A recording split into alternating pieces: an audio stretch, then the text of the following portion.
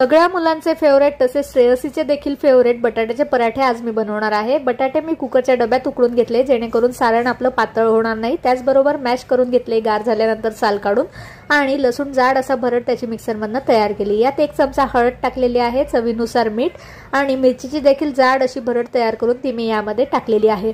आता हे सगळं सारण आपण छानपैकी मिक्स करून घेऊया आणि कणिक देखील घट्टसर मळलेली आहे। लक्षात ठेवा खूप पातळ कणिक मळायची नाहीये, पराठ्यासाठी घट्ट कणिक मळायची आहे आणि हे सारण यामध्ये भरून घेऊया। काय होतं कुकरच्या डब्यात उकडल्यामुळे सारण अगदी छान व्यवस्थित घट्ट तयार होतं, पातळ होत नाही। आता छान त्याला मोदकाचा आकार देऊया आणि कणकीमध्ये हे घोळून आपण अगदी अद्धर असे पराठे आपले लाटून घेणार आहोत। पराठे अगदी अद्धर असे लाटायचे, खूप जास्त जोर द्यायचा नाहीये। छान लाटल्यानंतर त्याला तूप किंवा तेल लावून आपण भाजून घेणार आहोत, खरपूस असे भाजून घ्यायचे आहे। तर कशी वाटली रेसिपी? अशाच वेगवेगळ्या रेसिपीसाठी चॅनलला सबस्क्राइब नक्की करा। सबस्क्राइब करणं अगदी फ्री आहे। तोपर्यंत बाय बाय।